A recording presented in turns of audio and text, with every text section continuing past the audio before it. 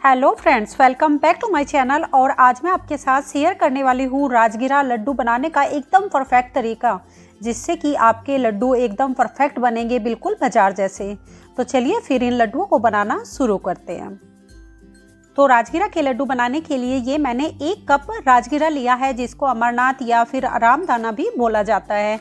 और कढ़ाई को मैंने मीडियम फ्लेम पर गर्म कर लिया है। और अब इस राजगिरा में से करीब 2 चम्मच के आसपास मैं राजगिरा कढ़ाई में डालूंगी। और फिर इस एक कॉटन के कपड़े की सहायता से इसको लगातार चलाते हुए हमें मीडियम फ्लेम पर ही तब तक भूनना है जब तक कि एक एक दाना अच्छे से पॉपअप ना हो जाए। लेकिन हमें इसको भूनते हुए ध्यान रखना है कि गैस का फ्लेम हमें मीडियम रखना है, हमें गैस को बहुत ज़्यादा तेज नहीं रखना है। और मैं इसको भूनने के लिए एक कपड़े का यूज कर रही हूँ, क्योंकि कपड़े से राजगिरा अच्छे से फूलकर तैयार होता है। अगर आप इसको स्पैचुला से भूनोगे तो फिर राजगिरा अच्छे से नहीं फूलता है। तो आप देख सकते हो कि राजगिरा बहुत ही अच्छे से फूल चुका है, बहुत ही अच्छे से पॉपअप हो चुका है। तो इस भुने हुए राजगिरा को मैं एक बाउल में ट्रांसफ़र कर लूँगी। और फिर अब ऐसे ही हम थोड़ा थोड़ा करके राजगिरा कढ़ाई में डालते जाएंगे और सारे ही राजगिरा को भूनकर हम तैयार कर लेंगे। लेकिन राजगिरा को भूनते हुए हमें ध्यान रखना है कि हमें गैस का फ्लेम ना ही तो बहुत ज़्यादा हाई रखना है और ना ही बहुत ज़्यादा लो, क्योंकि अगर कढ़ाई बहुत ज़्यादा गर्म होगी तो फिर हमारा जो राजगिरा है ये डालते ही जल जाएगा। और अगर कढ़ाई कम गर्म होगी तो ये अच्छे से पॉपअप नहीं होगा। और दूसरा हमें ध्यान रखना है कि राजगिरा थोड़ा थोड़ा करके ही हमें डालकर अच्छे से भूनना है, क्योंकि अगर एकदम से बहुत ज़्यादा राजगिरा डाल देंगे तो फिर ये अच्छे से पॉपअप नहीं होगा। तो मैंने सारा ही राजगिरा अच्छे से भून कर तैयार कर लिया है। आप देख सकते हो ये अच्छे से पॉपअप हो चुका है। तो अब हम एक छलनी लेंगे और इस भुने हुए राजगिरा को हम छान लेंगे, जिससे क्या होगा कि जो भी बिना पॉपअप हुआ राजगिरा होगा वो नीचे प्लेट पर आ जाएगा। क्योंकि अगर हम इसको ऐसे ही लड्डू बनाने में यूज करेंगे तो फिर लड्डू खाने में अच्छे नहीं लगेंगे। तो मैंने राजगिरा को छान लिया है और जो ये छना हुआ राजगिरा है तो हम इसको एक बाउल में ट्रांसफ़र कर लेंगे और लड्डुओं के लिए गुड़ की चाशनी बनाकर तैयार करेंगे।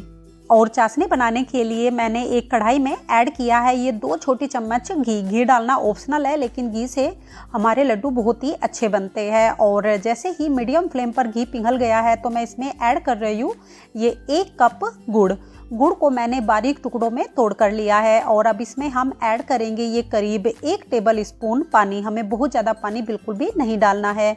और अब मीडियम फ्लेम या फिर लो टू मीडियम फ्लेम पर हम गुड़ को बीच बीच में चलाते हुए तब तक पकाएंगे जब तक कि गुड़ अच्छे से ना पिघल जाए। हमें गुड़ को बहुत ज़्यादा नहीं पकाना है। तो आप देख सकते हो कि हमारा गुड़ पिघलने लगा है और गैस का फ्लेम मैंने लो टू मीडियम ही रखा है। हमें इसको पकाते हुए गैस को बिल्कुल भी हाई नहीं रखना है। और जैसे ही हमारे गुड़ में पिघलने के बाद ऐसे झाग बनने लगेंगे, इसका मतलब जो हमारी गुड़ की चाशनी है ये बनकर तैयार है। अगर आप इसको और बहुत ज़्यादा पकाओगे तो फिर लड्डू बहुत ही ज़्यादा हार्ड हो जाएंगे। और अगर आप इसको झाग आने तक नहीं पकाओगे तो फिर हमारे लड्डू सॉफ्ट बनकर तैयार होंगे। तो मैंने गैस का फ्लेम ऑफ कर दिया है और इस चाशनी को हम भुने हुए राजगिरा में डाल देंगे। और राजगिरा में डालने के बाद हम इसको एक स्पैचुला की सहायता से अच्छे से मिक्स कर लेंगे, क्योंकि अभी ये बहुत ज़्यादा गर्म है। तो मैंने राजगिरा और चाशनी को अच्छे से मिक्स कर लिया है। और अब इस गरम मिक्सचर से ही हम लड्डू बनाएंगे, क्योंकि अगर ये एक बार ठंडा हो गया तो फिर लड्डू नहीं बनेंगे।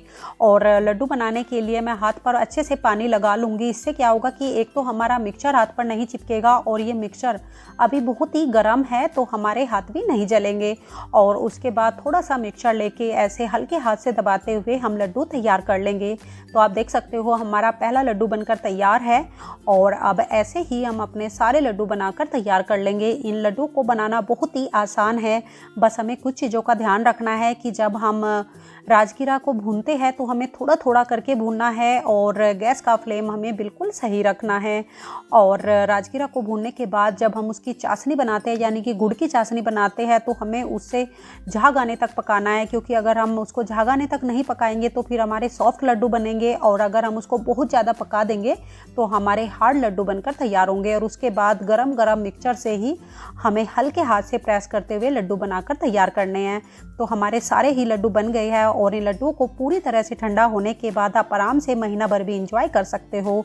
तो इस नवरात्रि आप भी इन लड्डुओं को बनाइए और आपके लड्डू कैसे बनते हैं मुझे ज़रूर बताइएगा। और साथ ही में अगर ये आज की वीडियो आपको अच्छी लगी हो तो इसको लाइक और शेयर और मेरे चैनल को सब्सक्राइब करना ना भूलें। तो मैं आपसे मिलती हूँ नेक्स्ट वीडियो में। तब तक के लिए हंसते रहिए, मुस्कुराते रहिए।